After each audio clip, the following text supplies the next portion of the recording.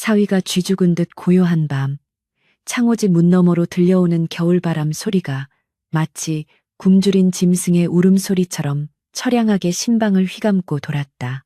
12살 어린 신부 순이는 방구석에 놓인 원앙금 침과는 한참 떨어진 문지방 구석에 몸을 잔뜩 웅크린 채 사시나무 떨듯 바들바들 떨고 있었다. 촛불은 바람에 흔들리며 벽에 거대한 그림자를 만들어냈고 그 그림자가 움직일 때마다 순이는 심장이 팠을 것만 같은 공포에 질려 입술을 깨물었다. 족두리는 이미 빗두로 돌아가 있었고 연지 곤지 찍은 뺨은 눈물로 얼룩져 흉하게 번져 있었다. 순이의 작은 손은 소매 안에서 무언가를 필사적으로 움켜쥐고 있었는데 손바닥의 식은땀 때문에 그것은 끈적하게 녹아내리고 있었다. 그것은 다름 아닌 엿가락이었다. 어머니가 시집가는 딸의 손에 쥐어준 마지막 정표이자 이 어린 소녀가 세상에서 가장 무서운 괴물로부터 자신을 지키기 위해 준비한 유일한 무기였다. 순이의 머릿속에는 오직 하나의 생각만이 맴돌았다. 오늘 밤 나는 저 문이 열리면 뼈도 남기지 않고 잡아먹히리라. 드르륵. 마침내 낡은 문경첩이 비명을 지르며 신방의 문이 열렸다. 차가운 밤 공기와 함께 방 안으로 들어선 이는 사람이 아니라 거대한 바위산이 움직이는 듯한 착각을 불러일으킬 만큼 거구의 사내였다. 그가 바로 소문이 자자한 김진사였다. 칠흑 같은 어둠 속에서도 번뜩이는 눈빛과 턱수염이 덥수룩한 하관, 그리고 왼쪽 눈썹 위에서 뺨을 가로지르는 흉측한 칼자국은 그가 겪어온 세월이 결코 평탄치 않았음을 웅변하고 있었다. 사내의 거대한 그림자가 순이의 작은 몸을 완전히 덮어버리자 순이는 히익하고 숨을 들이켜며 더욱 몸을 구석으로 밀어 넣으려 애썼다. 김진사는 아무 말 없이 문을 닫고는 쿵쿵 소리가 날 정도로 무거운 발걸음을 옮겨 순이 쪽으로 다가왔다. 방바닥이 울릴 때마다 순이의 공포는 극에 달했고 동네 우물가 안악들이 수군대던 끔찍한 이야기들이 귓가에 쟁쟁하게 울려 퍼졌다. 전처 셋이 다 첫날 밤을 못 넘기고 죽어나갔대. 사람 고기를 즐긴다더군. 산짐승을 맨손으로 찢어 죽이는 괴물이란다. 김진사가 순이의 코앞까지 다가와 털썩 주저앉았다. 그의 거친 숨소리가 순이의 정수리에 닿았다. 이제 끝이구나. 순이는 질끈 감았던 눈을 뜨고 마지막 용기를 짜내어 소매 속에 숨겨두었던 손을 쏙 내밀었다. 떨리는 고사리 같은 손 위에는 체온에 녹아 끈적거리는 누런 엿가락 한 줌이 들려 있었다. 순이는 울음 섞인 목소리로 하지만 또박또박하게 외쳤다. 서방님, 이걸 드시고 배를 채우시어 제발 저를 잡아먹지 마옵소서. 그 순간 방 안에는 기묘한 정적이 감돌았다. 김진사의 험상궂은 얼굴이 일순간 굳어졌다. 잡아먹히지 않으려 엿을 내미는 신부라니. 천하의 김진사도 태어나서 처음 겪는 황당하고도 기가 막힌 상황이었다. 그는 굵은 눈썹을 꿈틀거리며 자신의 앞에 놓인 땀과 눈물 범벅이 된 엿가락과 공포에 질린 어린 아내의 눈망울을 번갈아 내려다보았다. 시간을 거슬러 올라가 보름 전 순이가 살던 산골 마을은 흉년으로 인해 초근목 피로 연명하는 집이 허다했다. 순이네 집 역시 예외는 아니어서 병든 아버지의 약값은 고사하고 당장 어린 동생들의 입에 풀칠하기도 어려운 형편이었다. 그러던 어느 날 읍내에서 매파 할멈이 찾아왔다. 곰방대를 뻐끔거리며 국마루에 앉은 매파는 순이 아버지를 향해 귀가 솔깃한 제안을 던졌다. 이웃마을 김진사 댁에서 세 사람을 들이려 하는데 혼수고 뭐고 다 필요 없고 몸만 오면 된다네. 게다가 쌀 10가마니와 밭 5마지기를 내놓겠다고 하니 이 얼마나 큰 복인가. 하지만 아버지의 얼굴은 흑빛이 되었다. 김진사라면 인근 고을까지 소문이 파다한 얼굴에 흉터가 있고 성정이 포악하여 3명의 부인을 갈아치운 바로 그 사람이 아닌가.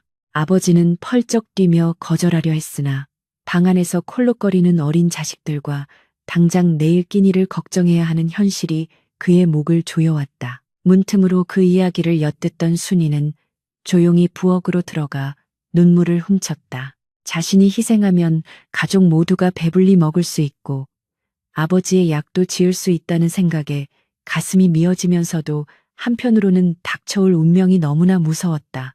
결국 며칠 밤을 뜬 눈으로 지새운 아버지는 피눈물을 흘리며 매파의 제안을 받아들였다. 혼례 날짜는 일사천리로 잡혔고 순이는 동네 사람들의 동정 어린 시선 혹은 팔려가는 아이를 보는 호기심 어린 눈빛을 받으며 꽃가마에 올랐다.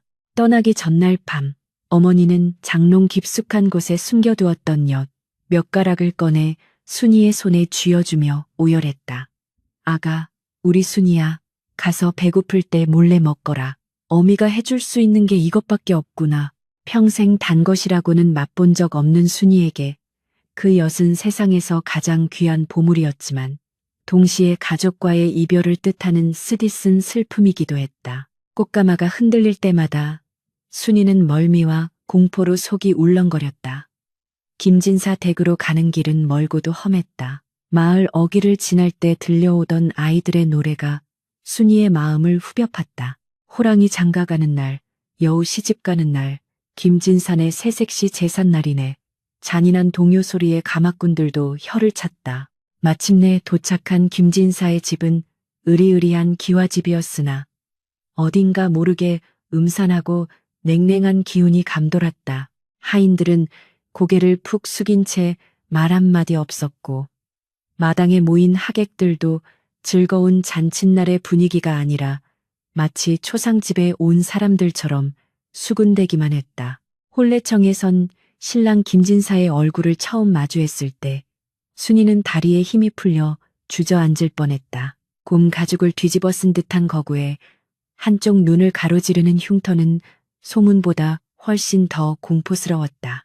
그가 술잔을 건네려 손을 뻗었을 때 그 손등에 솟은 굵은 핏줄마저 순이에게는 짐승의 발톱처럼 보였다. 그렇게 혼례가 끝나고 신방에 홀로 남겨진 순이는 어머니가 주신 엿을 만지작거렸다. 배가 고파서가 아니었다. 흉악한 김진사가 자신을 잡아먹으려 할 때 이 달콤한 것을 주면 혹시라도 마음이 풀려 자신을 살려주지 않을까 하는 12살 어린아이만이 할 수 있는 순진하고도 절박한 계산이었다. 어른들이 말하길 곰이나 호랑이도 단 것을 좋아한다고 했으니 짐승 같은 김진사도 엿을 좋아할 것이라 믿고 싶었다. 다시 현재로 돌아와 김진사는 자신의 코앞에 내밀어진 끈적한 엿가락을 멍하니 바라보고 있었다. 먹고 너를 잡아먹지 말라? 그의 굵직한 저음이 방안을 울렸다. 그 목소리에는 분노보다는 황당함, 그리고 알 수 없는 감정이 섞여 있었다. 순이는 고개를 세차게 끄덕이며 눈물을 뚝뚝 흘렸다. 네, 서방님, 제 살은 질기고 맛이 없습니다. 이 엿은 우리 어머니가 주신 것인데 아주 달고 맛이 좋습니다.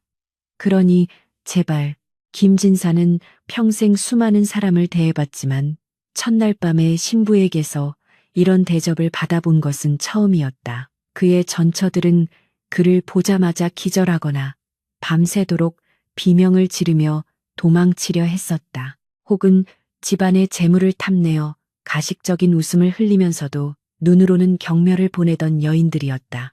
그런데 이 조그만 아이는 두려움에 온몸을 떨면서도 자신을 식인 괴물 취급하며 거래를 시도하고 있는 것이다. 김진사의 입가에 피식 하고 바람 빠지는 소리가 새어나왔다. 웃음이었다. 실로 오랜만에 지어보는, 아니 어쩌면 태어나서 처음으로 누군가의 앞에서 무방비하게 터뜨린 헛웃음이었다. 그는 험상궂은 얼굴 근육을 풀고는 순이의 손바닥 위에 놓인 엿가락을 큼지막한 손으로 집어들었다. 그의 거친 손가락이 순이의 부드러운 손바닥을 스치자 순이는 흠칫 놀라 어깨를 움츠렸다. 그래, 내 몹시 허기가 지던 참이었다. 김진사는 엿가락을 입에 넣고 우물거렸다. 달콤하고 끈적한 맛이 입안 가득 퍼졌다. 그것은 단순히 엿의 단맛이 아니었다. 누군가가 자신을 진심으로 두려워하면서도 해치려는 의도 없이 순수하게 건넨 마음의 맛이었다. 그는 천천히 엿을 씹어 삼킨 후 여전히 바들거리고 있는 순이에게 시선을 고정했다. 촛불에 비친 그의 눈빛이 조금 전보다는 한결 부드러워져 있었다. 맛이 좋구나. 내 말대로 이것을 먹었으니 오늘은 너를 잡아먹지 않으마. 그 말에 순이의 동그란 눈이 더욱 커졌다. 정말로 엿 하나에 목숨을 건진 것인가. 안도의 한숨이 터져 나오려는 찰나 긴장이 풀린 탓인지 순이의 꼬르륵거리는 배꼽시계가 정막을 깨고 요란하게 울렸다. 꼬르륵 민망함에 얼굴이 홍당무처럼 붉어진 순이는 고개를 푹 숙였다. 김진사는 다시 한번 껄껄 웃음을 터뜨렸다. 그 소리가 어찌나 우렁찬지 문 밖에서 엿듣던 하인들이 깜짝 놀라 도망갈 정도였다. 나만 배를 채울 수는 없는 노릇이지. 너도 이리 와서 앉거라. 그는 투박한 손짓으로 아랫목을 가리켰다. 그리고는 문 밖을 향해 쩌렁쩌렁한 목소리로 외쳤다. 개 아무도 없느냐. 여기 주안상을 다시 봐오너라. 술은 치우고 따뜻한 밥과 고깃국으로 그리고 다과도 넉넉히 내오란 말이다. 문 밖에 서 있던 늙은 하인 덕칠은 자신의 귀를 의심했다. 첫날 밤 신방에서 신랑이 밥상을, 그것도 술이 아닌 밥을 찾다니. 게다가 저렇게 호탕한 웃음소리는 대감마님 돌아가신 이후로 처음 듣는 것이었다. 덕칠은 급히 부엌으로 달려가며 생각했다. 대체 저 어린 신색씨가 무슨 재주를 부렸기에 호랑이 같은 날이 깨서 저리 변하셨단 말인가? 잠시 후 김이 모락모락 나는 밥상이 들어오자 김진사는 직접 숟가락을 들어 순이의 손에 쥐어주었다. 먹거라. 먹어야 산다. 나한테 잡아먹히지 않으려면 힘을 키워야 할 것 아니냐. 농담 섞인 그의 말에 순이는 쭈뼛거리며 숟가락을 들었다. 하얀 쌀밥에 고깃국, 평생 구경조차 힘들었던 진수성찬이었다. 순이는 눈치를 보며 국물을 한 숟가락 떠먹었다. 따뜻한 국물이 얼어붙은 몸을 녹이며 식도를 타고 내려갔다.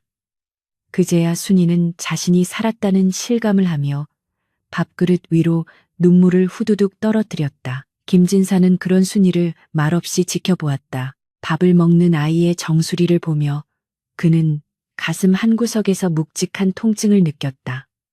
그것은 연민이었다. 세상 사람들이 괴물이라 손가락질하는 자신에게 제살 대신 엿을 내밀며 살려달라 애원하는 이 어린 것을 보며 그는 다짐했다. 비록 세상이 나를 아끼라 부를지라도 내 이 아이만큼은 굶기지 않고 겁주지 않으리라. 그러나 그날 밤의 평화는 그리 오래가지 못할 운명이었다. 김진사가 순이를 위해 밥상을 물리던 그 시각.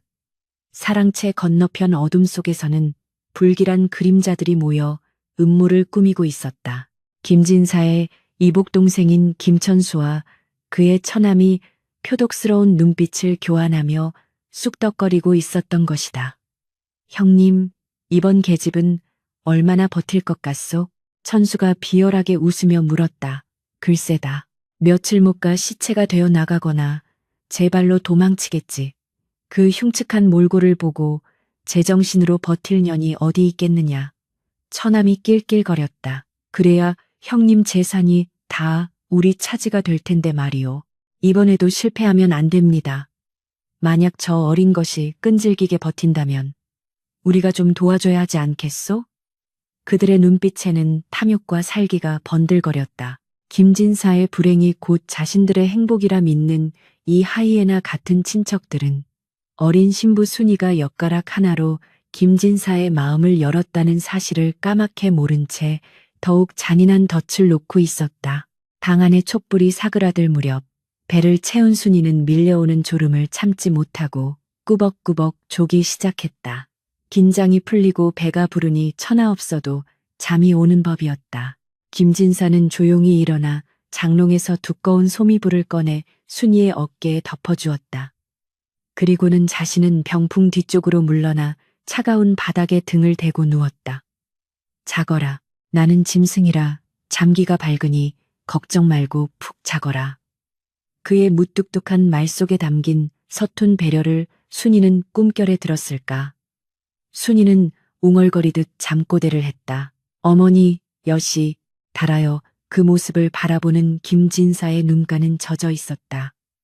그는 자신의 얼굴에 난 흉터를 거친 손으로 쓸어내리며 깊은 한숨을 내쉬었다. 이 흉터 뒤에 숨겨진 참혹한 과거와 자신을 둘러싼 저주 같은 소문들이 이 어린아이에게 어떤 시련을 줄지 그는 예감하고 있었다. 하지만 적어도 오늘 밤만큼은 피냄새 대신 달콤한 연냄새가 심방을 채우고 있었다. 그것이 폭풍 전야의 고요인 줄도 모른 채 두 사람은 기묘한 첫날 밤을 보내고 있었다. 새벽닭이 태를 치며 어둠을 쪼아대자 검푸른 하늘 빛깔이 서서히 옅어지며 희끄무레한 여명이 밝아왔다. 김진사 댁의 아침은 여느 양반가와 달리 무겁고 서늘한 침묵 속에서 시작되었다. 신방의 아랫목, 소미불 속에 파묻혀 있던 순이는 번쩍 눈을 떴다.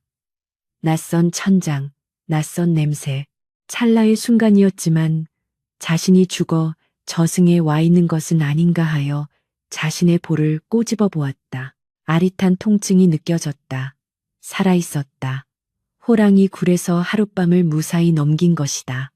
순이는 조심스레 고개를 돌려 윗목을 살폈다.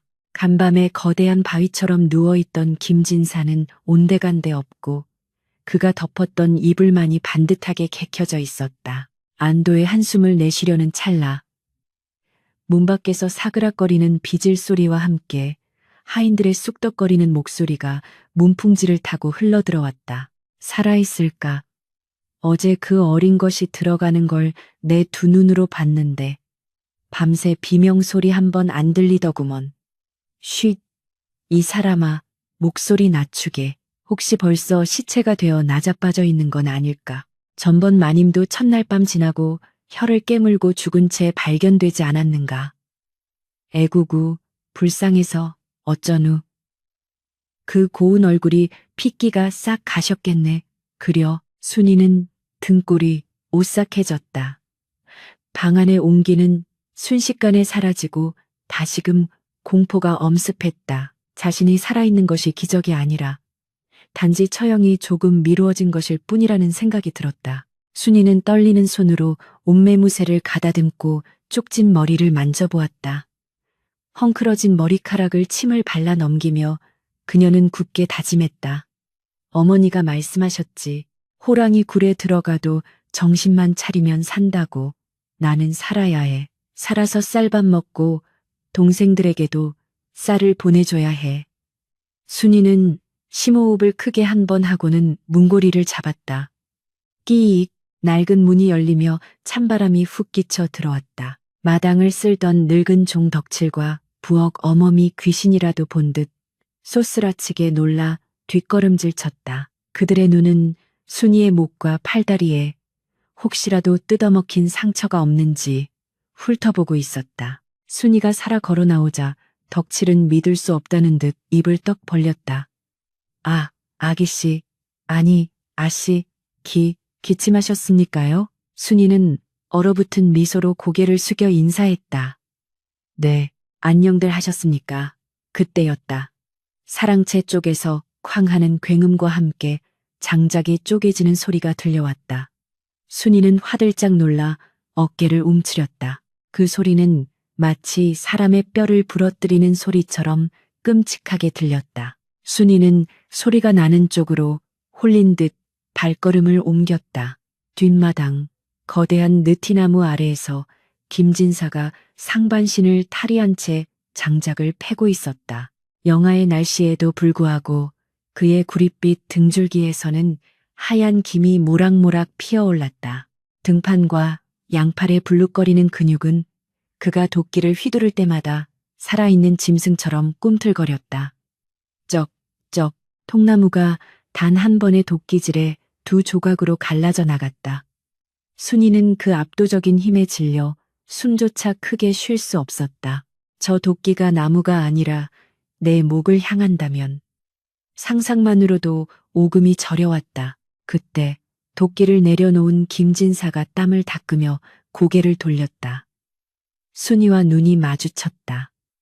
흉터가 있는 왼쪽 눈이 아침 햇살을 받아 더욱 붉게 빛났다. 일어났느냐? 그의 목소리는 여전히 낮고 굵었다. 순이는 황급히 무릎을 꿇고 절을 했다. 서방님, 안녕히 주무셨습니까? 김진사는 땀에 젖은 수건을 목에 걸며 순이에게 다가왔다. 거대한 그림자가 순이를 덮치자 순이는 눈을 질끈 감았다. 하지만 예상했던 호통이나 매질 대신 투박한 손이 순이의 어깨를 툭툭 털어주었다. 일어났으면 세수하고 밥이나 먹거라. 핏기가 없어서야 귀신인 줄 알겠다. 김진사는 그 말만 남기고는 도끼를 챙겨 성큼성큼 밖으로 나가버렸다.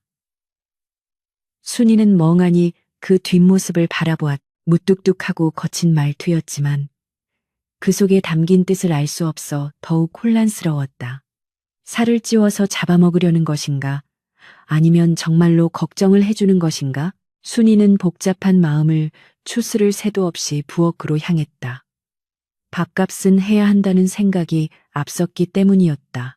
며느리로서, 아니 팔려온 종이나 다름없는 처지로서 집안일을 돕지 않으면 당장이라도 쫓겨나거나 험한 꼴을 당할 것 같았다. 부엌에 들어서자 텃세 심해 보이는 참모와 하녀들이 곁눈질로 흘겨보았다. 어머, 세아씨. 여기는 천한 것들이 드나드는 곳입니다. 안방에나 계시지 뭐 하러 오셨습니까? 말은 높임말이었으나 말투에는 비아냥이 가득했다. 제가 돕겠습니다. 물이라도 길어올까요? 순이는 걷어붙인 소매 사이로 앙상한 팔뚝을 드러내며 물지개를 지려 했다. 그러나 물을 가득 채운 물동이는 12살 어린 소녀가 감당하기엔 너무나 무거웠다. 끙끙거리며 한 발자국을 때려는데 비틀거리며 물이 왈칵 쏟아져 치맛자락을 다 적시고 말았다. 아이고, 아까운 물을 참모가 혀를 채채 찼다. 순이는 울상이 되어 어쩔 줄 몰라 했다. 차가운 물에 젖은 버선발이 시려왔지만 그보다 더 시린 것은 사람들의 냉대였다. 다시 한번 힘을 내어 물동이를 들어 올리려는데 갑자기 누군가가 뒤에서 물동이를 낚아채듯 들어 올렸다. 비켜라, 김진사였다. 언제 돌아왔는지 그는 한 손으로 그 무거운 물동이를 가볍게 들어 올리더니 물항아리에 콸콸 쏟아부었다. 순이는 깜짝 놀라 뒷걸음질 치다 엉덩방아를 파섰다. 김진사는 빈 물동이를 바닥에 툭 던지며 순이를 내려다보았다. 미간에 깊은 주름이 잡혀 있었다. 내 힘으로 안 되는 건 건드리지 마라. 다친다. 잘못했습니다. 다시는 부엌 일은 아래 것들이 할 일이니 너는 방에 들어가 있으란 말이다. 네가 다치면 김진사는 뒷말을 삼켰다. 네가 다치면 내가 마음이 편치 않다는 말이 목구멍까지 올라왔으나 평생 부드러운 말 한마디 해본 적 없는 사내의 입에서는 나오지 않았다. 대신 그는 버럭 소리를 질렀다. 젖은 옷이나 갈아입어. 감기라도 들면 약값 드니까. 그는 씩씩거리며 돌아서서 나가버렸다. 순이는 젖은 치마를 부여잡고 눈물을 글썽였다. 약값이 아까워서 걱정하는구나. 역시 나는 짐짝이구나. 하지만 순이는 보지 못했다. 부엌을 나서는 김진사가 하인들을 향해 보내는 서슬퍼런 눈빛을. 그는 나직하지만 살기가 띤 목소리로 덕칠과 참모에게 으르렁거렸다. 안 사람 손에 물 한 방울이라도 묻히게 하면 그날로 내 놈들 손모가지가 남아나지 않을 줄 알아라. 알겠느냐? 하인들은 사시나무 떨듯 고개를 조아렸다. 김진사의 식인귀 같은 악명은 하인들에게 절대적인 공포였기에 그 명령은 즉시 뼈에 사무쳤다. 김진사는 자신의 행동이 얼마나 서툴고 거칠었는지 자책하며 사랑채로 향했다. 그에게는 칼을 휘두르는 것보다 여인의 마음을 헤아리는 것이 1000배는 더 어려운 일이었다. 오후가 되자 집안에 불청객이 찾아왔다. 김진사의 이복동생인 김천수와 그의 처이씨였다. 그들은 김진사가 전처들을 잃고 시리에 빠져 있을 때마다 집안의 재산을 야금야금 빼돌리던 자들이었다. 천수는 뱀처럼 가느다란 눈을 빛내며 안채로 들어섰다. 마루에 앉아 바느질을 흉내내고 있던 순이를 발견한 그는 입꼬리를 비릿하게 말아 올렸다. 아이고, 형수님 되십니까? 제 형님의 네 번째. 아니, 이번엔 얼마나 가시려나. 아무튼 새 형수님을 뵙습니다. 순이는 바늘을 놓고 황급히 일어나 절을 했다. 천수의 눈빛이 순이의 머리끝부터 발끝까지 끈적하게 훑어내렸다. 마치 물건의 값을 매기는 장사치의 눈빛이었다. 어린 것이 참 곱기도 하네.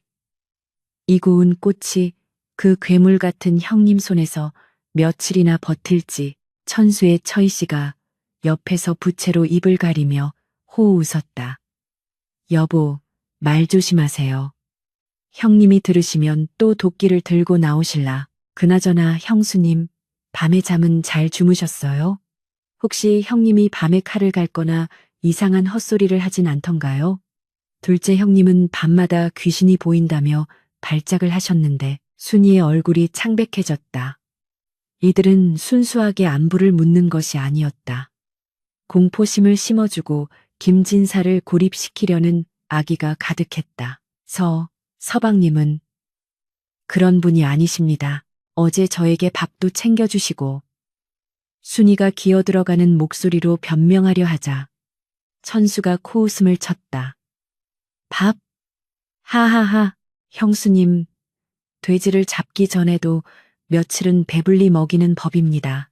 형님은 사냥꾼 출신 아닙니까? 먹잇감을 다루는 법을 아주 잘 알지요. 너무 마음 놓지 마십시오. 언제 그 도끼가 형수님 목을 칠지 모르니 그때 대문 밖에서 묵직한 발소리가 들려왔다. 천수와 이씨는 순식간에 표정을 바꾸었다. 김진사가 사냥터에서 잡은 멧돼지 한 마리를 어깨에 둘러매고 들어오고 있었다. 피냄새가 진동했다. 천수는 과장되게 반가운 척하며 달려나갔다. 아이고 형님, 오늘도 대물을 잡으셨군요. 역시 형님 힘은 당해낼 장사가 없습니다. 김진사는 동생을 쳐다보지도 않고 멧돼지를 마당 한 구석에 쿵 하고 내려놓았다. 흙먼지가 일었다. 그는 묵묵히 허리춤에서 단검을 꺼내 짐승의 가죽을 벗기기 시작했다. 피가 튀어 그의 얼굴과 옷에 묻었다. 그 모습은 영락없는 도살자 혹은 소문 속의 식인귀 그 자체였다. 순이는 마루 기둥 뒤에 숨어 그 광경을 지켜보았다.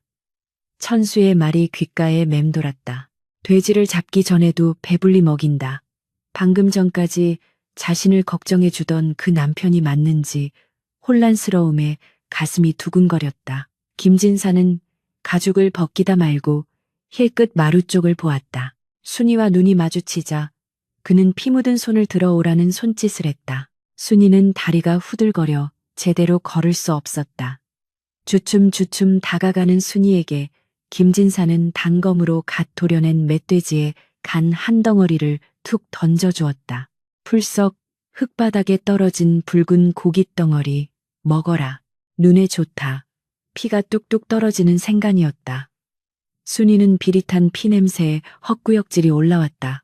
김진사는 그것이 최고의 보양식이라 여겨 챙겨준 것이었지만 순이의 눈에는 그것이 마치 너도 곧 이렇게 될 것이다라는 경고처럼 보였다. 천수가 옆에서 낄낄거리며 거들었다. 형님도 참 어린 형수님에게 생간이라뇨. 형수님이 형님 같은 식성인 줄 아십니까? 형님이 주신 건데 어서 드세요. 안 드시면 화내실 겁니다. 순이는 공포에 질려 눈물을 뚝뚝 흘리며 바들바들 떨었다. 김진사는 그제야 자신의 행동이 실수였음을 깨달았다. 그는 미간을 찌푸리며 천수를 노려보았다. 내 놈은 혓바닥이 너무 길다. 썩 꺼지지 못하겠느냐. 천수는 움찔하며 뒷걸음질 쳤지만 입가에는 여전히 비릿한 미소가 걸려 있었다. 아이고, 갑니다 가요. 형수님 보양 잘 시키십시오. 천수 내외가 사라지고 난 뒤 마당에는 무거운 정적만이 흘렀다. 김진사는 땅에 떨어진 간을 물끄러미 바라보다가 발로 흙을 덮어버렸다. 그리고는 씻지도 않은 손으로 품속에서 무언가를 꺼냈다. 하얀 종이에 쌓인 작은 꾸러미였다. 그는 그것을 순이의 치마폭에 툭 던졌다. 그건 비린내 안 날 거다. 김진사는 멧돼지를 하인들에게 맡기고 냇가로 향했다. 순이는 떨리는 손으로 종이 꾸러미를 열어보았다. 그곳에는 읍내 장터에서나 볼 수 있는 알록달록한 꿀탈의 과자가 들어있었다. 딱딱하고 투박한 그의 손과 전혀 어울리지 않는 섬세하고 달콤한 과자였다. 돼지를 잡기 전에 먹이는 것일까?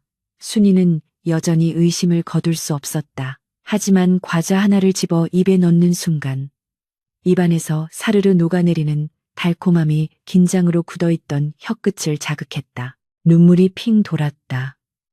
어제 엿가락을 주었을 때 그가 보여주었던 찰나의 미소가 떠올랐다.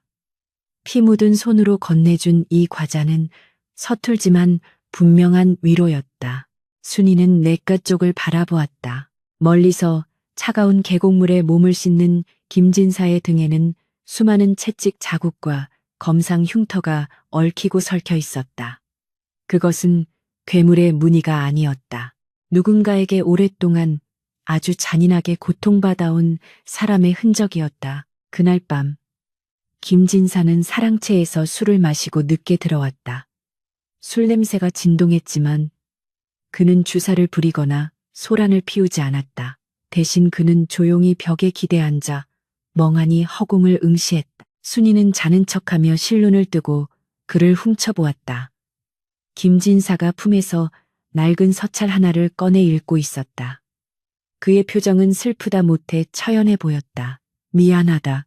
내가 죄인이다. 그가 나지게 읊조리는 소리가 들렸다. 누구에게 하는 말일까? 죽은 전처들에게. 아니면 또 다른 누군가에게. 순이는 불현듯 깨달았다. 낮에 천수가 했던 말, 형수님이 며칠이나 버틸지라는 말은 단순히 김진사의 폭력성을 뜻하는 게 아닐지도 모른다는 것을. 이 집안에는 김진사라는 호랑이 말고도 어둠 속에 숨어 독을 품은 진짜 뱀들이 우글거리고 있었다. 그리고 그 뱀들은 김진사를 고립시키고 그에게 다가오는 모든 일을 해치려 하고 있었다. 김진사가 촛불을 끄자 방 안은 칠흑 같은 어둠에 잠겼다. 하지만 순이는 더 이상 떨지 않았다. 그녀는 이불 속에서 꼼지락거리며 손을 뻗어 김진사의 소매 끝자락을 아주 살짝 잡았다. 그가 흠칫하며 몸을 굳혔으나 뿌리치지는 않았다. 거칠고 무서운 사내의 소매 끝에서 전해지는 체온은 뜻밖에도 따뜻했다. 순이는 오늘 하루 동안 겪었던 일들을 곱씹었다. 무거운 물동이를 들어주던 손, 꿀타래를 건네던 무뚝뚝한 표정, 그리고 등 뒤에 새겨진 고통의 지도. 어쩌면 순이는 생각했다. 소문이 틀렸을지도 몰라. 호랑이는 무서운 이빨을 가졌지만 자기 새끼는 물지 않는다지. 어둠 속에서 김진사의 거친 숨소리가 자장가처럼 들려오기 시작했다. 호랑이 굴에서의 두 번째 밤, 순이는 처음으로 깊은 잠에 빠져들었다. 그러나 지붕 위에서는 검은 복면을 쓴 그림자 하나가 기왓장을 밟지 않고 소리 없이 움직이며 신방을 내려다보고 있었다. 그림자의 손에는 은색으로 빛나는 얇은 침이 들려 있었다. 지붕 위에서 번뜩이던 은색 치미기와 틈새로 스르르 사라진 것은 찰나의 순간이었다. 누구냐? 김진사의 벼락 같은 고함 소리가 신방을 뒤흔들었다. 그는 잠결임에도 불구하고 본능적으로 머리맡에 둔 장검을 낚아채며 벌떡 일어났다. 그 동작이 어찌나 날쌘지 방금 전까지 코를 골며 자던 사람이라고는 믿기지 않을 정도였다. 문풍지가 찢어질 듯한 기세로 문을 박차고 나간 김진사는 어둠에 잠긴 지붕을 향해 살기를 뿜어냈다. 그러나 밤이슬에 젖은 기와 위에는 도둑고양이 한 마리 보이지 않았고 오직 스산한 바람만이 마당의 대나무 숲을 흔들고 있었다. 뒤따라 나온 순이는 택적삼 차림으로 오들오들 떨며 문설주를 붙잡았다. 서방님, 무슨 일입니까? 김진사는 흉흉한 눈빛을 거두지 않은 채 지붕과 담장을 번갈아 노려보다가 이내 검을 거두고 거칠게 숨을 몰아쉬었다. 쥐새끼가 들었구나. 아주 교활하고 재빠른 쥐새끼가. 그의 말에는 뼈가 있었다.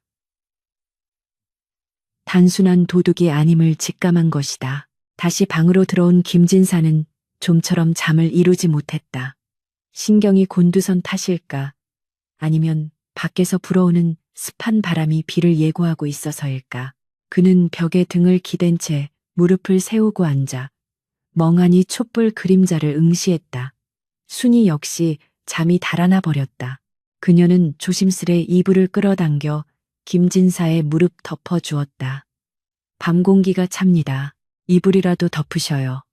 김진사는 순이의 손길을 거부하지 않았다. 오히려 그의 시선이 순이의 작은 손에 머물렀다. 투박하고 거친 자신의 손과는 비교도 안 되게 작고 여린 손. 그는 나직하게 입을 열었다. 무섭지 않으냐? 칼을 휘두르고 소리를 지르는 내가. 순이는 잠시 망설이다가 고개를 저었다. 처음엔 무서웠습니다. 하오나 서방님은 이유 없이 칼을 뽑는 분이 아니라는 걸 알았습니다. 아까는 우리를 지키려 하신 게 아닙니까? 그 말 한마디가 김진사의 가슴속에 박혀있던 오랜 얼음벽에 금을 내었다. 평생을 사람 백정, 살인귀라는 오명 속에 살아온 그였다.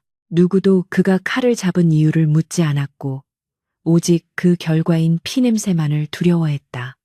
김진사는 씁쓸한 미소를 지으며 고개를 뒤로 젖혔다. 다들 내가 전처들을 죽였다고 하지. 피맛을 본 짐승이라 닥치는 대로 물어뜯는다고.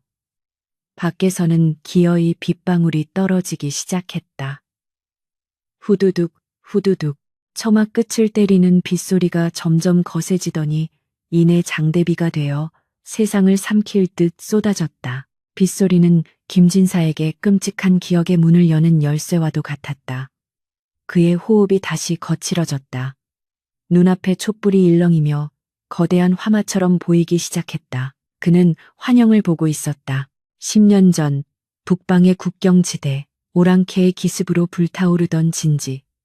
잘려나간 동료들의 팔다리, 살려달라고 울부짖는 백성들의 비명소리가 빗소리에 섞여 귓가에 쟁쟁거렸다. 안 돼, 오지 마라. 내게 오지 마. 김진사가 머리를 감싸쥐며 괴로워했다. 그의 덩치 큰 몸이 어린아이처럼 웅크러들었다. 식은땀이 비오듯 흘러내려 그의 옷을 적셨다. 전쟁터에서 입은 몸의 흉터보다 더 깊고 끔찍한 마음의 상처가 터져 나온 것이다. 그는 혼란 속에서 허공을 향해 주먹을 휘저었다. 내가 죽인 게 아니야. 나는 지키려고 했어. 순이는 깜짝 놀라 그에게 다가갔다. 발작하듯 떨고 있는 남편의 모습은 공포스럽기보다 애처로웠다. 세상 천지 무서울 것 없어 보이던 천하장사가 악몽이라는 보이지 않는 적 앞에서는 속수무책으로 무너지고 있었다. 순이는 본능적으로 알 수 있었다. 이 사람은 괴물이 아니라 너무나 큰 아픔을 혼자 감당하느라 괴물이 되어야만 했던 가엾은 영혼이라는 것을. 순이는 주머니를 뒤적였다. 며칠 전 읍내 장터에서 몰래 사두었던 엿가락 한 조각이 손에 잡혔다. 첫날 밤 자신의 목숨을 구해주었던 그 엿. 그녀는 떨리는 손으로 엿의 껍질을 벗겨 김진사의 입가에 가져갔다. 서방님, 입을 벌리세요. 이걸 드세요. 어서요.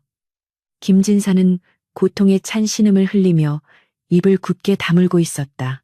순이는 용기를 내어 그의 뺨을 어루만지며 어머니가 자신에게 해주었던 것처럼 부드럽게 속삭였다. 쓴 약을 먹고 나면 단 사탕을 먹어야지요. 악몽은 쓴 약과 같습니다. 이제 다 끝났으니 단 것을 드시고 잊으세요. 그녀의 따뜻한 손길이 닿자 김진사의 광기 어린 눈동자가 잠시 흔들렸다. 순이는 그 틈을 타여 조각을 그의 입안에 쏙 넣어주었다. 입안 가득 퍼지는 달콤함. 혀끝을 감싸는 진득하고 따뜻한 단맛이 뇌리에 박힌 피비린내를 조금씩 밀어내기 시작했다. 김진사는 멍한 표정으로 우물거리다 이내 굵은 눈물을 뚝뚝 흘리기 시작했다. 엉엉 소리내어 우는 것도 아니었다. 그저 눈에서 물이 새어나오듯 하염없이 눈물을 쏟아냈다. 순이는 말없이 그의 넓은 등을 토닥거렸다. 거대한 바위산이 무너져 내려 작은 들꽃품에 안긴 형국이었다. 한참을 그렇게 울던 김진사가 쉰 목소리로 입을 열었다. 내 손에 묻은 피가 너무 많아. 씻어도 씻어도 지워지지가 않아. 그 피 냄새 때문에 아내들이 죽어 나간 거야. 내가 그들을 죽인 거야. 순이는 고개를 저으며 단호하게 말했다. 아닙니다. 서방님은 나라를 지키고 백성을 구하려다 피를 묻히신 겁니다. 그건 죄가 아닙니다. 그리고 순이는 잠시 숨을 고른 뒤 그동안 가슴속에 담아두었던 의구심을 꺼냈다. 앞선 마님들이 돌아가신 게 정말 서방님 탓일까요? 제가 이 집에 들어와 보니 이상한 점이 한두 가지가 아닙니다. 부엌 찬장 깊숙한 곳에 숨겨진 독초 냄새가 나는 가루. 밤마다 사랑채 주변을 맴도는 낯선 발자국 소리. 서방님은 귀신을 보신 게 아니라 누군가 서방님을 미치게 만들려고 꾸민 연극을 보신 겁니다. 김진사가 번개에 맞은 듯 고개를 번쩍 들었다. 그게 무슨 말이냐? 순이는 낮에 부엌을 정리하다 발견한 것들을 이야기했다. 찬모가 몰래 국에 타려던 하얀 가루, 그리고 김천수가 하인들에게 은밀히 돈을 쥐어주며 주고받던 눈빛들. 그들은 서방님이 미쳐서 스스로 무너지기를 기다리고 있습니다. 그래야 서방님의 재산을 가로챌 수 있을 테니까요. 전처 마님들도 아마 그들의 손에 희생된 것일지도 모릅니다. 순이의 말은 날카로운 비수처럼 김진사의 뇌리를 파고들었다. 그는 그동안 자신이 겪었던 두통과 환각, 그리고 아내들의 의문사가 단순히 자신의 업보라고만 생각하며 자책해왔다. 하지만 순이의 말을 듣고 보니 모든 퍼즐 조각이 맞춰지는 듯했다. 죄책감이라는 안개에 가려 보이지 않던 진실이 비로소 선명하게 드러난 것이다. 김진사의 눈빛이 달라졌다. 방금 전까지의 유약함은 사라지고 전장을 호령하던 장수의 섯을 퍼런 기백이 되살아났다. 그는 순이의 작은 손을 자신의 두 손으로 감싸 쥐었다. 거칠고 딱딱한 손이었지만 그 안에 담긴 온기는 뜨거웠다. 미안하다. 내 눈이 어두워 내 집안의 독사가 또아리를 틀고 있는 줄도 모르고 죄 없는 너까지 그 구렁텅이로 끌어들였구나. 순이는 옅은 미소를 지으며 고개를 저었다. 이제라도 아셨으니 되었습니다. 서방님, 저는 서방님이 주시는 밥을 먹고 힘을 냈습니다. 이제는 제가 서방님을 지켜드리겠습니다. 저들은 어둠 속에 숨어 있지만 우리는 당당하게 밝은 곳으로 나가요. 12살. 아직 앳된 얼굴의 소녀에게서 나오는 말이라고는 믿기지 않을 만큼 당찬 기세였다. 김진사는 가슴이 벅차오름을 느꼈다. 평생을 외로움과 싸워온 그에게 처음으로 등을 맡길 수 있는 전우가 생긴 기분이었다. 그것도 가장 작고 연약해 보였던 아내가 말이다. 그래, 나가자. 더 이상 숨지 않겠다. 내 너를 위해서라도 이 썩어빠진 집안을 바로잡고 저 간악한 무리들을 단죄하리라. 밖에서는 비가 그치고 구름 사이로 둥근 보름달이 모습을 드러내고 있었다. 비에 씻긴 세상은 더욱 선명하고 차가웠다. 다음 날 아침 김진사 댁의 분위기는 확연히 달라져 있었다. 늘 늦은 시각까지 두문불출하던 김진사가 새벽같이 일어나 의관을 정제하고 마당에 나선 것이다. 갓을 쓰고 도포 자락을 휘날리는 그의 모습은 위풍당당했다.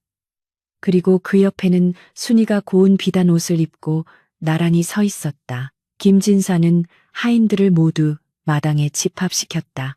그의 눈빛이 매섭게 덕칠과 참모 그리고 다른 하인들을 훑었다. 오늘부터 안살림의 모든 권한은 안사람에게 일임한다. 곳간 열쇠부터 장부까지 하나도 빠짐없이 내놓아라. 만약 안사람의 영을 거역하거나 속이려 드는 자가 있다면 그날로 내 이검이 용서치 않을 것이다. 하인들은 혼비백산하여 바닥에 머리를 조아렸다. 늘 술에 취해 있거나 넋이 나가 있던 주인이 아니었다. 호랑이의 눈이 돌아온 것이다. 순이는 떨리는 마음을 다잡고 하인들 앞에 섰다. 참모는 지금 당장 부엌에 있는 정체불명의 가루들을 가져오시오. 덕칠 아범은 지난달 쌀 지출 내역을 적어 오세요. 조목조목 지시를 내리는 순이의 목소리에는 위엄이 서려 있었다. 구석에서 이 광경을 지켜보던 김천수와 이 씨의 얼굴이 사색이 되었다. 이거 큰일 났군. 저 계집이 보통 내기가 아니야. 형님을 완전히 구워 삶았어. 이 씨가 입술을 잘근 깨물며 속삭였다. 김천수의 눈매가 독사처럼 가늘어졌다. 아직 끝나지 않았어. 감히 우리 밥그릇을 걷어차 형님이 정신을 차렸다면 다시는 못 일어날 구덩이에 쳐넣어주는 수밖에. 김천수는 품속에서 붉은 비단으로 감싼 책자 하나를 만지작거렸다. 그것은 며칠 전 그가 한양의 간신배들과 결탁하여 위조한 가짜 장부와 서찰이었다. 김진사가 역모를 꾀하는 무리에게 군자금을 댔다는 치명적인 증거였다. 그는 밤이 깊어지기를 기다렸다. 이제는 단순히 재산을 빼앗는 수준이 아니었다. 김진사와 저 영악한 계집을 한꺼번에 제거해야만 자신이 살 수 있는 막다른 골목에 다다른 것이다. 그날 오후 김진사는 순이를 데리고 읍내로 나갔다. 사람들의 수군거림이 따가웠지만 그는 보란듯이 순이의 손을 잡고 걸었다. 비단 가게에 들러 순이에게 어울리는 옷감을 고르고 장터 국밥집에 앉아 함께 밥을 먹었다. 마을 사람들은 흉측한 괴물이라던 김진사가 어린 아내를 챙기는 모습에 놀라움을 금치 못했다. 저게 정말 김진사야? 눈빛이 순한 양 같은데 새색시가 복덩이인가 보네. 사람들의 시선이 공포에서 호기심으로 그리고 부러움으로 바뀌는 것을 느끼며 김진사는 어색하지만 환한 웃음을 지었다. 순이 역시 쑥스럽지만 행복했다. 남편의 큰 덩치가 이제는 든든한 방패막처럼 느껴졌다. 그러나 행복은 폭풍 전의 고요와도 같았다. 두 사람이 집으로 돌아왔을 때 대문 앞에는 관아의 포졸들이 창을 들고 도열해 있었다. 마당 한가운데에는 사또가 거만한 표정으로 의자에 앉아 있었고 그 옆에는 김천수가 비열한 웃음을 흘리며 서 있었다. 분위기가 심상치 않았다. 김진사가 앞으로 나서며 외쳤다. 이게 무슨 행패입니까? 관아의 포졸들이 어찌하여 사대부의 집을 애워싸는 겁니까? 사또가 부채를 탁 접으며 김천수를 향해 턱짓을 했다. 김진사, 자네의 아우가 자네의 방에서 아주 흥미로운 물건을 발견하여 가져왔더군. 역적들과 주고받은 밀서와 군자금 장부라던데 사실인가? 김천수가 붉은 비단으로 싼 책자를 높이 들어 보였다. 형님, 어찌하여 나라를 뒤엎을 역무를 꾸미셨습니까? 제발 지금이라도 죄를 청하십시오. 거짓 눈물을 짜내는 김천수의 연기에 김진사는 기가 막혀 말문이 막혔다. 네 이놈, 천수야, 네가 기어이. 김진사가 분노하여 달려들려 하자 포졸들이 일제히 달려들어 그를 결박했다. 놔라, 이건 모함이다. 나는 털끝만큼도 부끄러운 짓을 한 적이 없다. 김진사의 고함 소리가 마당을 울렸으나 이미 짜고 치는 판이었다. 사또는 엄숙한 목소리로 명했다. 대역죄인 김아무개를 당장 하옥하라. 그리고 그처 또한 공범일 가능성이 있으니 함께 끌고 가라. 포승줄에 묶인 김진사는 순이를 돌아보았다. 그의 눈에는 분노와 함께 깊은 절망이 서려 있었다. 겨우 행복을 찾으려던 순간에 닥친 파멸. 하지만 순이는 울지 않았다. 그녀는 입술을 꽉 깨물고 김천수를 노려보았다. 그녀의 머릿속은 빠르게 회전하고 있었다. 억울하게 끌려가는 남편의 뒷모습을 보며 12살 순이는 마음속으로 다짐했다. 울 시간이 없다. 호랑이 굴에서 살아남은 내가 이깟 뱀들의 수작에 당할 것 같으냐. 순이의 소매 속에는 아침에 찬모에게서 압수한 정체불명의 하얀 가루 봉투가 쥐어져 있었다. 그것이 반격의 실마리가 될 것임을 아직 아무도 모르고 있었다. 관아의 형틀마당은 피비린내와 흙먼지 그리고 팽팽한 긴장감으로 가득 차 있었다. 매우 쳐라. 저 역정놈의 입에서 자복이 나올 때까지 뼈를 으스러뜨려라. 사또의 서슬퍼런 호령이 떨어지자 굵은 곤장이 허공을 가르며 김진사의 등짝을 내리쳤다. 퍽 둔탁한 파열음이 울려 퍼질 때마다 구경 나온 백성들은 차마 눈을 뜨지 못하고 고개를 돌렸다. 그러나 김진사는 신음소리 한 번 내지 않았다. 그는 이를 악물고 형틀을 움켜쥐며 충혈된 눈으로 단상 위에 앉아 비열한 미소를 짓고 있는 이복 동생 김천수를 노려보았다. 터진 입술 사이로 붉은 선혈이 흘러내렸지만 그의 기백은 꺾이지 않았다. 나는 영모를 꾸민 적이 없다. 이것은 비열한 모함이다. 그의 끓어오르는 외침은 공허한 메아리가 되어 흩어질 뿐이었다.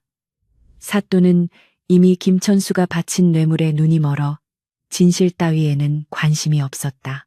그저 빨리 자백을 받아내어 공을 세우고 싶은 욕심뿐이었다. 단상 아래 김천수는 부채로 얼굴을 가린 채 회심의 미소를 짓고 있었다.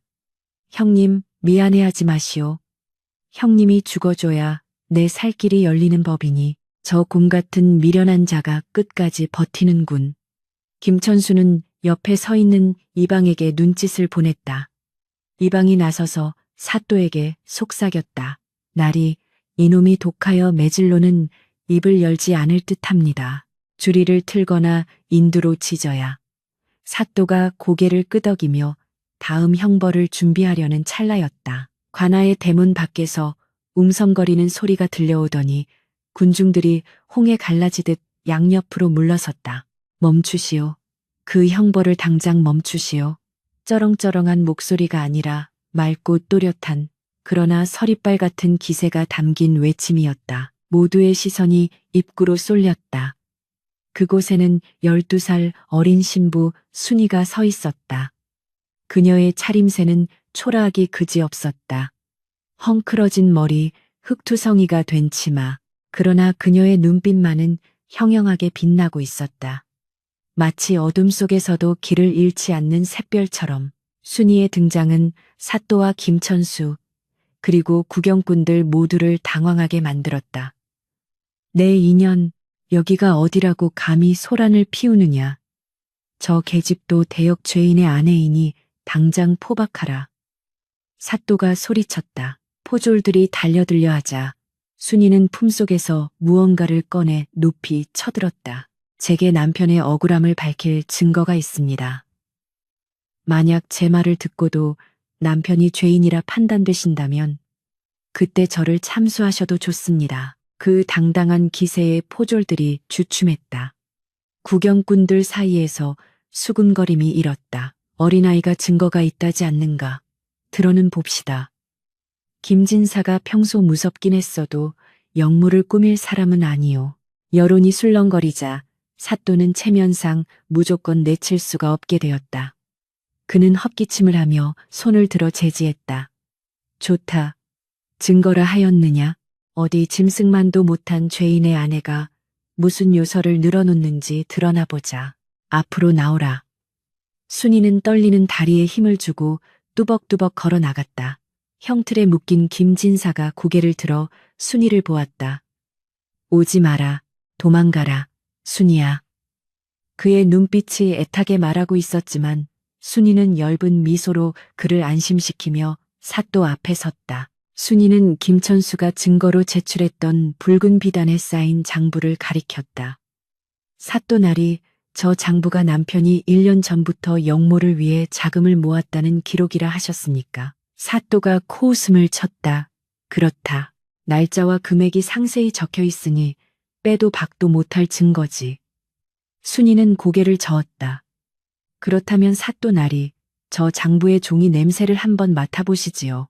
사또는 의아해하며 이방에게 장부를 가져오라 했다. 코를 갖다 대자 진한 먹냄새와 함께 알 수 없는 향기가 났다.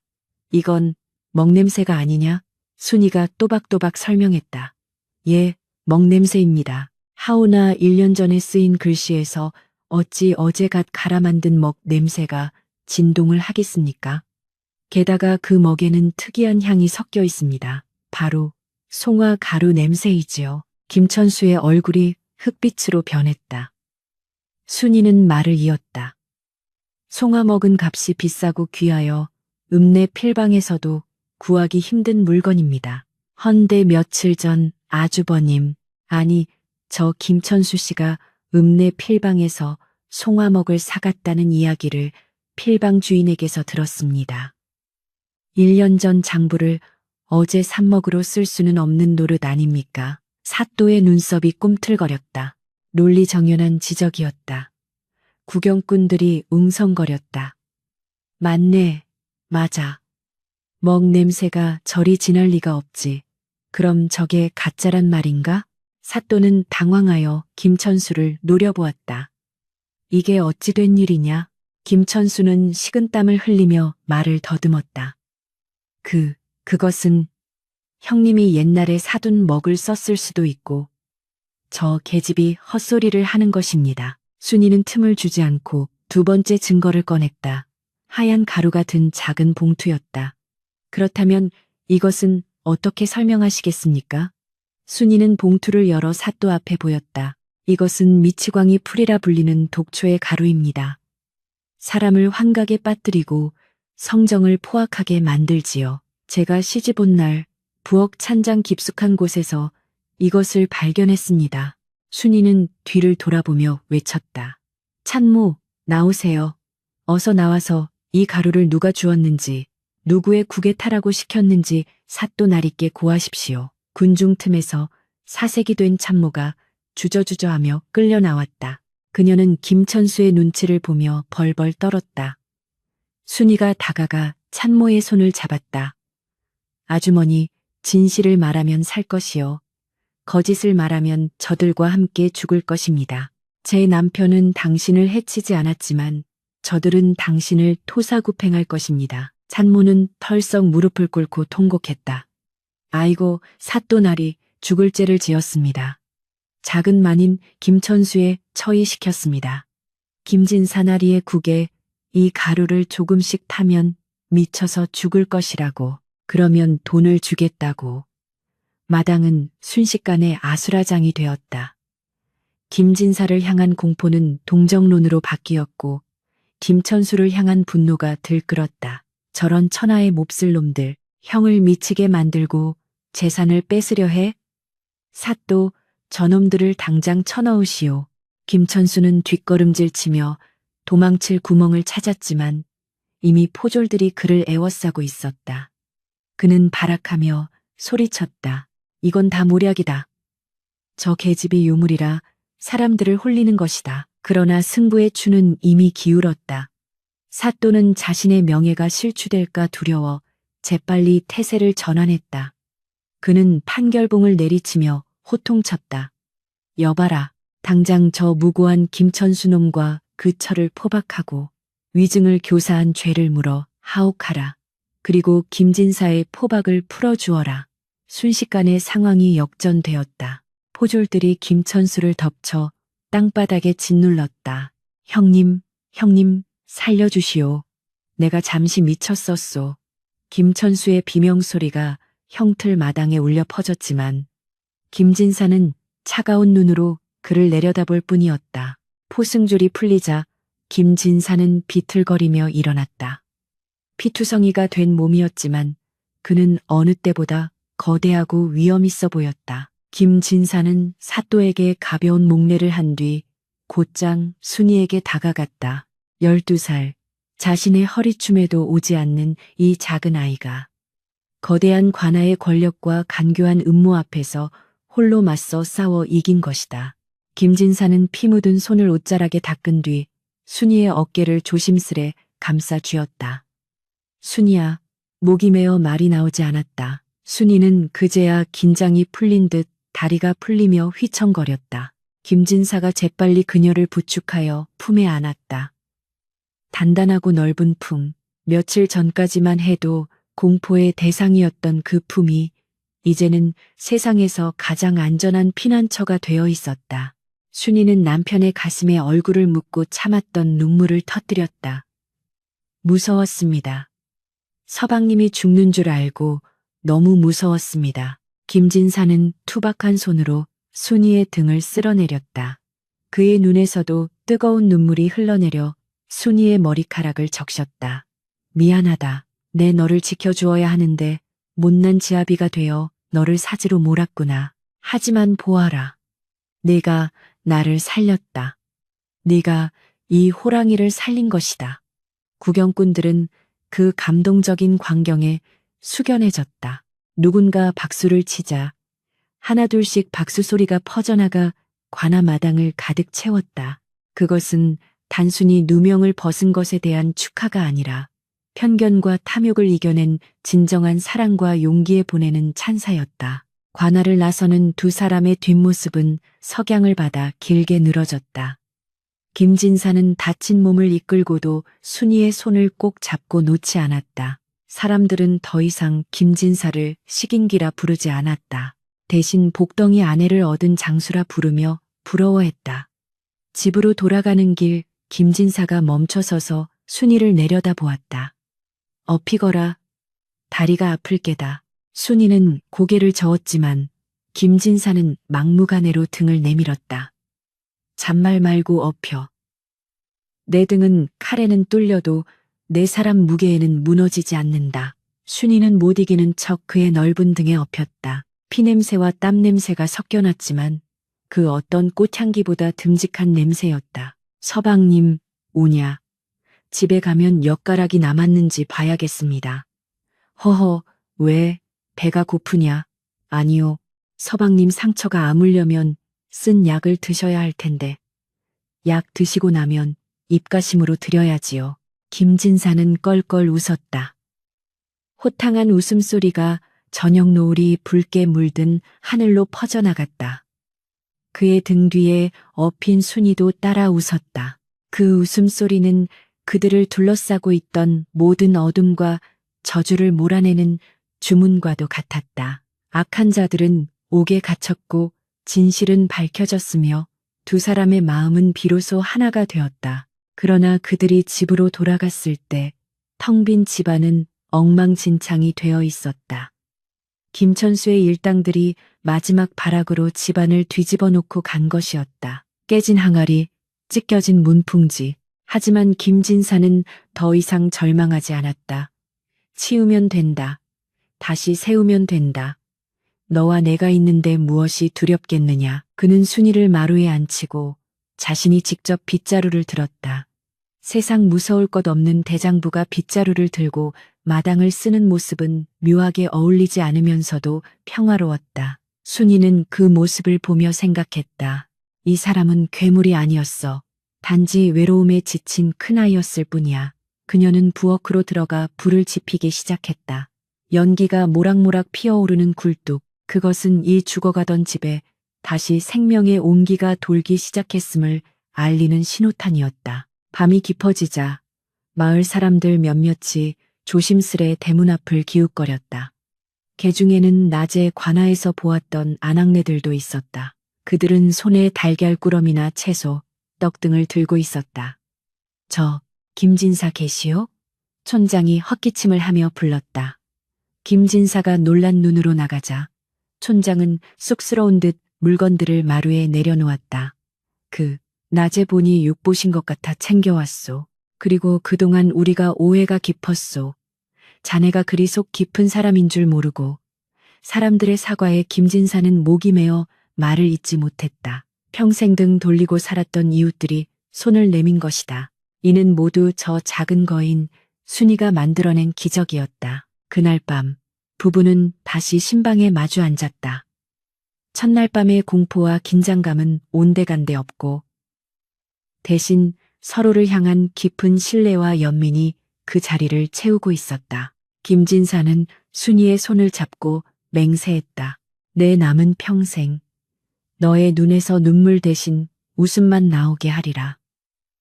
내 목숨을 다해 너를 지키고 귀하게 모시리라. 그것은 단순한 부부의 언약이 아니라 생사를 함께 넘은 전우의 맹세였다. 순이는 수줍게 웃으며 품속에서 마지막 남은 녹은 엿 조각을 꺼냈다. 그럼 이것부터 드세요. 오늘 참으로 고생 많으셨습니다. 두 사람은 엿을 반으로 나누어 입에 넣었다. 입안 가득 퍼지는 달콤함. 그것은 고난 끝에 찾아온 승리의 맛이자 앞으로 펼쳐질 행복한 인생의 예고편이었다. 세월은 유수와 같다더니 강산이 5번이나 변한다는 50년의 세월이 쏜살같이 흘러갔다. 한때 마을 사람들이 근처에 얼씬거리는 것조차 두려워했던 식인기 김진사의 집은 이제 인근 고을에서 가장 사람 냄새나고 웃음소리가 끊이지 않는 복받은 집터가 되어 있었다. 낡고 음산했던 기와집은 몇 번의 개축을 거쳐 번듯하고 단단한 대가집으로 변모했고, 잡초가 무성하던 마당에는 손주들이 심어놓은 봉숭아와 채송화가 흐드러지게 피어 있었다. 겨울의 초입, 한방눈이 소복이 내려앉은 김진사댁 사랑채에서는 글 읽는 소리가 낭낭하게 울려 퍼졌다. 하늘천, 따지, 거물현, 누르황, 머리를 따은 코올리게 아이들 10수명이 훈장님의 선창을 따라 천자문을 외고 있었다. 그 훈장님은 다름 아닌 백발이 성성한 김진사였다. 칠순을 훌쩍 넘긴 노인이 되었지만 그의 풍채는 여전히 꼿꼿했다. 비록 얼굴에 깊게 패인 주름이 세월의 나이테를 보여주고 있었고, 한쪽 눈을 가로지르는 흉터는 희미해져 주름 속에 파묻혀 있었으나 그의 눈빛만은 예전의 살기 대신 깊고 그윽한 지혜의 빛을 띠고 있었다. 호랑이라 불리던 사내는 이제 동네 아이들에게 옛날 이야기를 들려주고 그를 가르치는 인자한 호랑이 할아버지가 되어 있었다. 할아버지, 다리가 저려요. 옛날 이야기 해주세요. 호랑이 때려잡은 이야기요. 맨 앞줄에 앉은 막내 손자가 칭얼대자 김진사는 허허 웃으며 책을 덮었다. 오냐, 공부는 이만하면 되었다. 내 옛날에 맨손으로 멧돼지를 잡던 이야기를 해주랴. 아이들이 와하며 그의 무릎 앞으로 모여들었다. 김진사의 굵은 손가락이 아이들의 머리를 쓰다듬었다. 그 손은 과거에 피를 묻히고 칼을 쥐었던 손이었으나 이제는 먹물이 배고 굳은 살이 박인 가장 따뜻한 손이 되어 있었다. 한편 안채에서는 고소한 기름 냄새와 음식 향기가 진동을 하고 있었다. 오늘은 바로 김진사와 순이의 회혼례 결혼 60주년을 기념하는 잔칫날이었다. 머리에 은비녀를 꽂고 고운 옥색 저고리를 입은 노마님 순이가 부엌과 대청마루를 오가며 진두지휘를 하고 있었다. 12살, 그 작고 여리던 소녀는 어느새 집안에 대들 보이자 마을에 존경받는 어른이 되어 있었다. 그녀의 얼굴에도 자글자글한 주름꽃이 피었지만 눈매는 여전히 총명하고 입가에는 온화한 미소가 걸려 있었다. 아가, 전 부칠 때 불 조절을 잘해야 한다. 타지 않게 조심하고 떡은 이웃 독거노인들 댁에 먼저 돌리거라. 며느리들과 손녀들이 순이의 말에 일사불란하게 움직였다. 어머님, 걱정 마셔요. 아버님 좋아하시는 엿, 고는 냄새가 온 동네에 퍼지겠어요. 큰 며느리의 농담에 순이는 피식 웃음을 터뜨렸다. 엿, 그 끈적하고 달콤한 과자는 이 집안의 가보이자 상징과도 같은 것이었다. 잔치는 성대하게 치러졌다. 사또가 직접 찾아와 부부의 해로를 축하했고, 과거에 급제하여 한양으로 떠난 손자들이 비단 옷을 입고 내려와 큰 절을 올렸다. 마을 사람들은 국수 그릇을 비우며 덕담을 나누었다. 정말이지, 이댁 마님은 살아있는 보살이여. 저 괄괄하던 김진사, 어른을 저렇게 순한 양으로 만드셨으니 말이야. 그뿐인가, 흉년 때마다 곳간을 열어 우리를 먹여 살리신 게 누구신가. 두 분은 우리 마을의 은인이시지. 악독했던 친척 김천수 일당이 관아에서 곤장을 맞고 쫓겨나 객사했다는 소식은 이미 수십 년 전에 예리야기가 되어 바람에 흩어졌고, 이제 남은 것은 이 노부부가 쌓아 올린 덕과 사랑뿐이었다. 해가 뉘엿뉘엿지고 손님들이 하나둘 돌아가자 집안은 다시 평온한 정적에 휩싸였다. 하인들이 마당을 정리하는 동안 김진사와 순이는 뒷마당이 내려다 보이는 캔마루에 나란히 앉았다. 처마 끝에 매달린 곶감이 찬바람에 흔들리고 마당에 쌓인 눈 위로 달빛이 부서져 내렸다. 김진사가 먼저 입을 열었다. 임자, 오늘 고생 많았소. 다리가 많이 아프지 않소? 그는 습관처럼 순이의 다리를 주무르려 했다. 순이는 손사래를 치며 그의 손을 잡았다. 괜찮습니다. 영감. 영감이야말로 아이들 상대하느라 진이 빠지셨을 텐데요. 두 사람은 잡은 손을 놓지 않고 한참 동안 눈 내린 마당을 바라보았다. 50년 전 공포와 살기가 가득했던 그 첫날 밤의 겨울 바람과는 달리 지금 불어오는 바람은 시원하고 상쾌했다. 김진사가 문득 너털웃음을 터뜨렸다. 생각나오? 우리가 처음 만난 날 밤말이오. 내가 문을 열고 들어오니 자네가 사시나무 떨듯 떨면서 엿을 내밀지 않았소. 순이도 키득거리며 웃었다. 소녀 시절에 앳된 웃음소리가 겹쳐 들리는 듯했다. 어찌 있겠습니까? 서방님이 저를 잡아먹을까봐 제발 이 엿을 드시고 저를 살려달라 빌었지요. 그때 서방님 표정이 어찌나 우스꽝스럽던지 지금 생각해도 웃음이 납니다. 허허, 우스꽝스러웠다니. 나는 나름대로 심각했소. 천하의 김진사를 앞에 두고 거래를 시도하는 당돌한 신부라니. 그때 그 엿 한 조각이 내 얼어붙은 심장을 녹일 줄 누가 알았겠소. 김진사는 회상에 잠긴 듯 눈을 가늘게 떴다. 전쟁터의 악몽, 전처들을 잃은 죄책감, 세상 사람들의 손가락질, 그 모든 지옥 같은 고통 속에서 그를 건져 올린 것은 대단한 영웅이나 부처의 설법이 아니었다. 그것은 배고픔을 참고 건네준 어린 아내의 엿 한 가락, 그리고 그 속에 담긴 살리고자 하는 마음이었다. 영감, 그때 제가 드린 엿이 맛있었습니까? 순이가 장난스럽게 물었다. 맛있었지.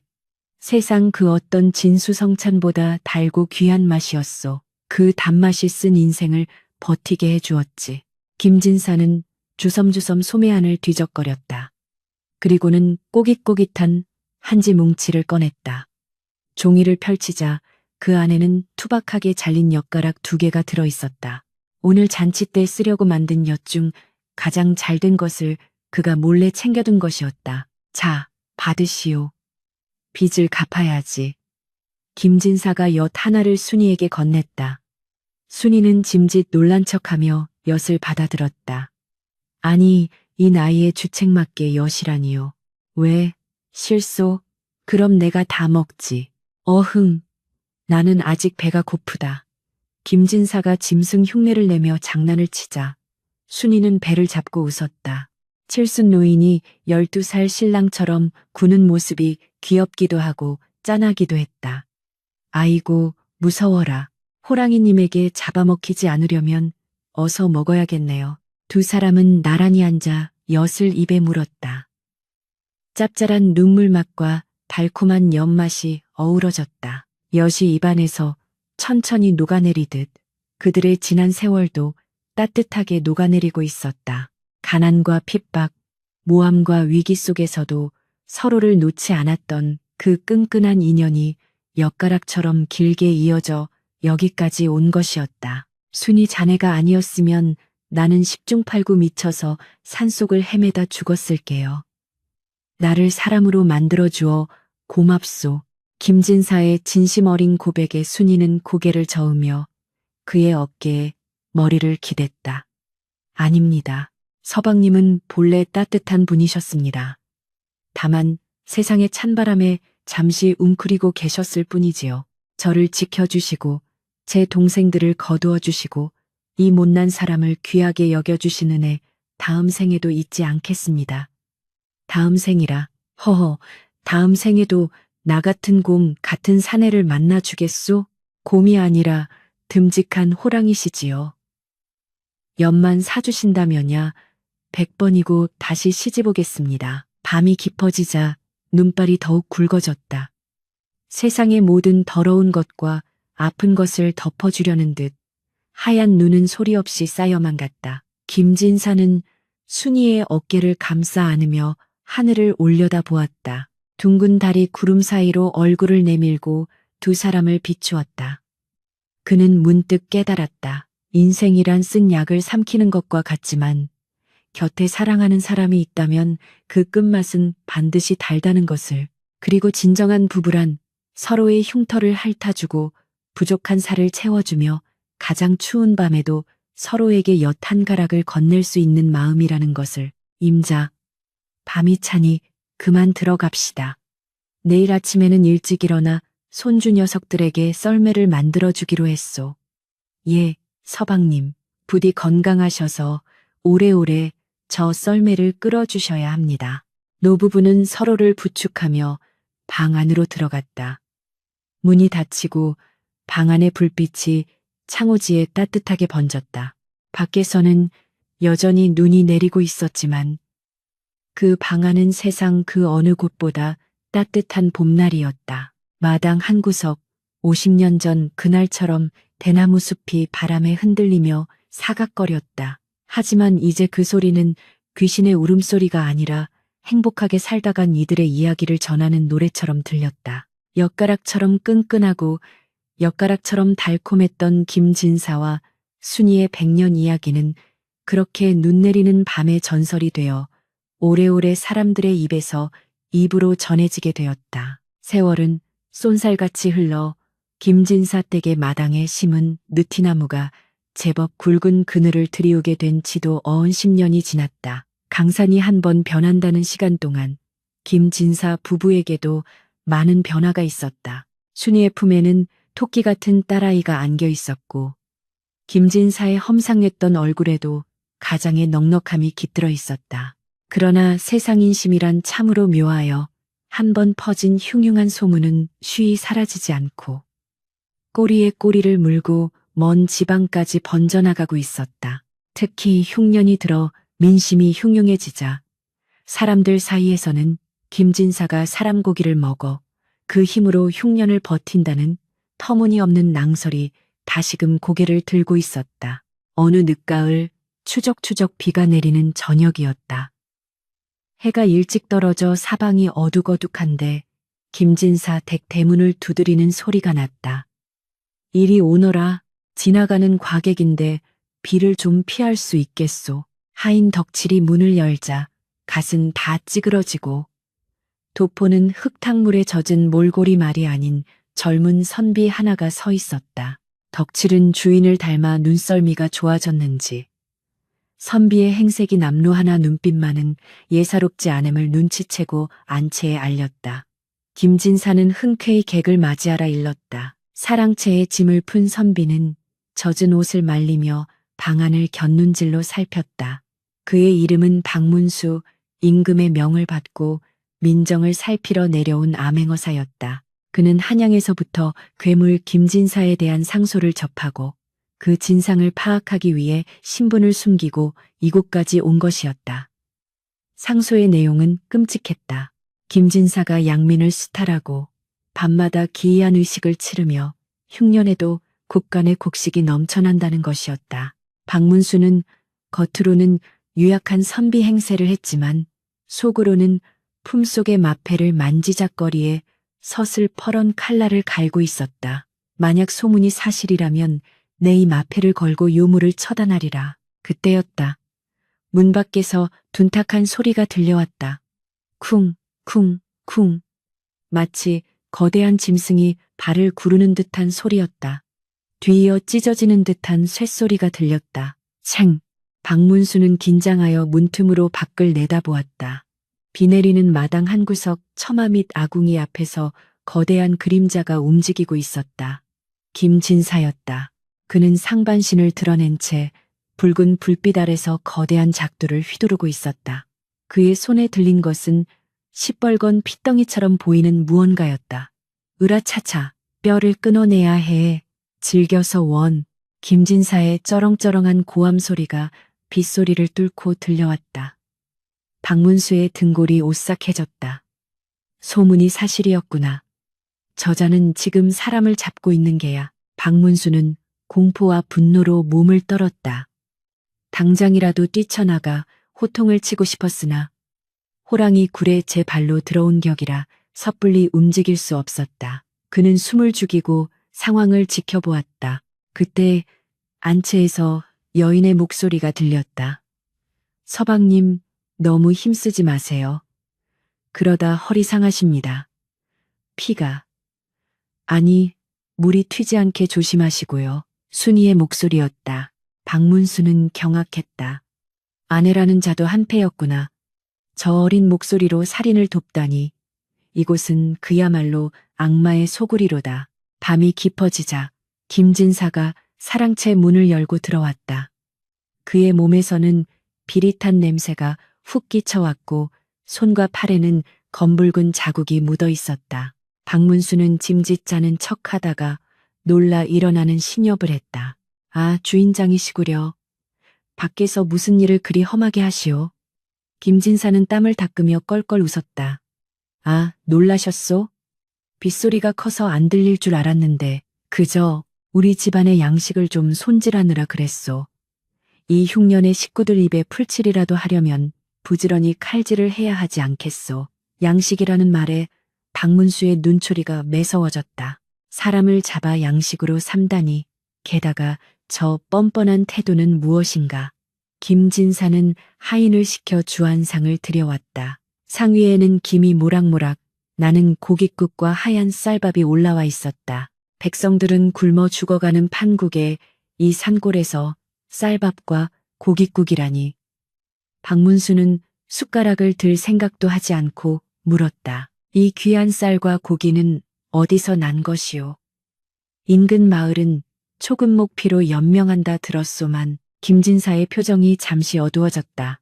다 사연이 있는 물건들입니다. 드십시오.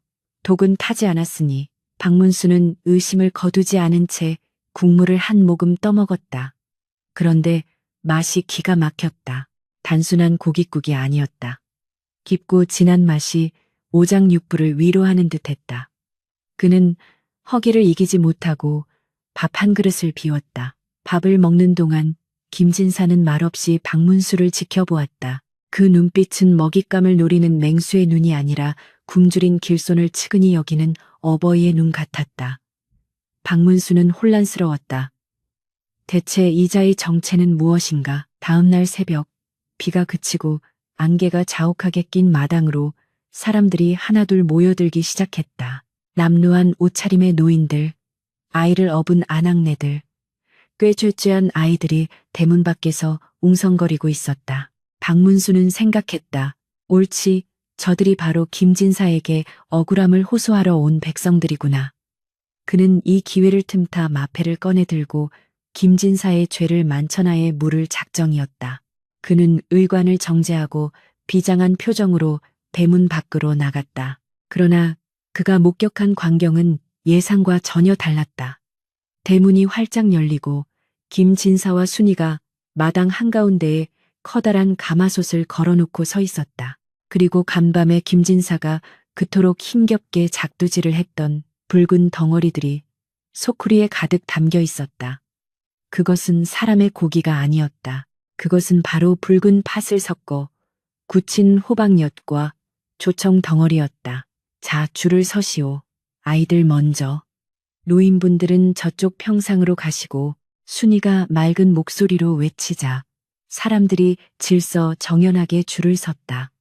김진사는 투박한 손으로 엿덩어리를 뚝뚝 떼어내어 아이들의 손에 쥐어주었다. 이놈아, 이거 먹고 울지 마라. 배고플 땐 단 게 최고다. 할멈, 이건 집에 가서 물에 타서 드시오. 기력이 날게요.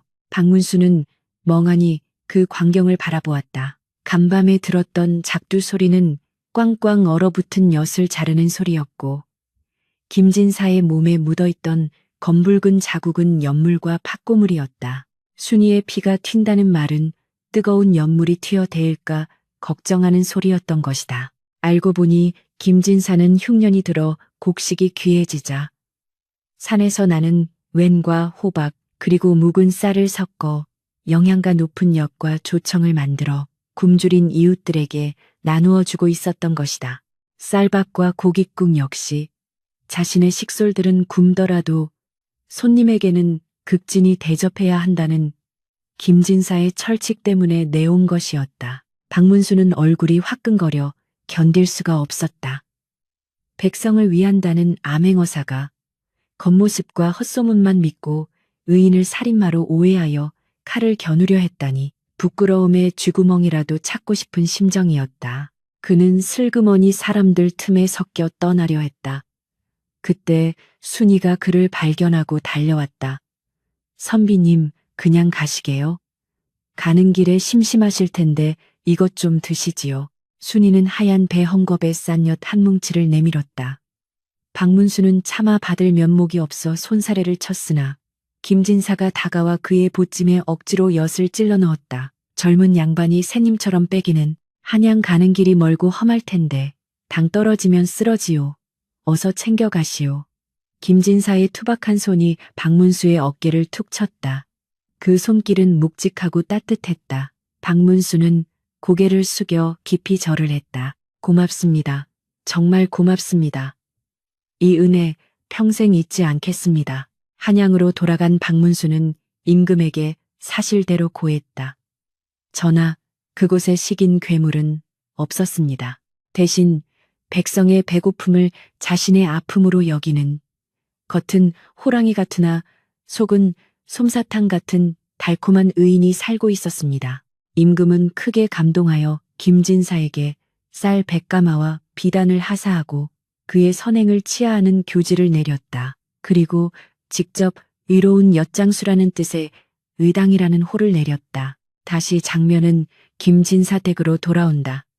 임금의 포상이 도착한 날, 마을은 다시 한번 잔치 분위기가 되었다. 하지만 김진사는 포상으로 받은 쌀과 비단마저 모두 마을 사람들에게 나누어 주었다. 내 배부르면 뭐하겠나, 다 같이 먹어야 마시지. 그날 밤 김진사와 순이는 아이를 재우고 햇마루에 앉아 밤하늘을 올려다보았다. 순이가 김진사의 어깨에 머리를 기대며 물었다. 서방님, 후회하지 않으십니까? 그 많은 재물을 다 남에게 주시고. 김진사는 순이의 손을 잡으며 껄껄 웃었다. 임자, 자네가 내게 처음 엿을 주었을 때를 기억하오? 그때 그 작은 엿 한 조각이 내 목숨을 살렸지. 그러니 내가 가진 모든 것을 내주어 누군가의 목숨을 살릴 수 있다면 그게 바로 남는 장사 아니겠소? 순이는 남편의 흉터진 얼굴을 쓰다듬었다. 이제 그 흉터는 무서운 괴물의 표식이 아니라 험한 세상을 해치고 가족과 이웃을 지켜온 영광의 상처로 보였다. 서방님 말씀이 맞습니다. 우리는 엿장수 부부니까요. 세상이 쓴맛을 줄 때마다 우리는 단맛을 만들어 나누어 주면 됩니다. 김진사는 주머니에서 엿가락 하나를 꺼내 반으로 쪼갰다. 자, 우리도 한입 합시다. 오늘따라 달이 참 밝구려. 두 사람은 엿을 입에 물고 서로를 바라보았다. 달빛 아래 두 사람의 그림자가 하나로 겹쳐졌다. 멀리서 들려오는 산짐승의 울음소리도 더 이상 두렵지 않았다. 그들에게는 서로라는 가장 든든한 방패와 세상을 녹일 수 있는 달콤한 사랑이 있었기 때문이다. 이 사건 이후로 김진사의 엿은 호랑이 엿이라 불리며 먹으면 애군을 쫓고 복을 불러온다는 전설이 생겼다. 과거를 보러 가는 선비들도 아이를 낳으려는 부인들도 모두 김진사의 집을 찾아와 엿을 구하려 줄을 섰다. 그러나 김진사는 돈을 받지 않고 오직 굶주린 자와 절박한 자에게만 엿을 내어주었다고 한다. 그렇게 김진사와 순이는 검은 머리가 파뿌리가 될 때까지 산골 마을의 작은 등불이 되어 달콤하고도 따뜻한 전설을 써내려갔다. 암행어사 박문수가 훗날 회고록에 남긴 한 줄의 글귀가 이를 증명한다. 세상에서 가장 무서운 것은 굶주림이요. 세상에서 가장 강한 것은 사랑이 담긴 엿 한 조각이다.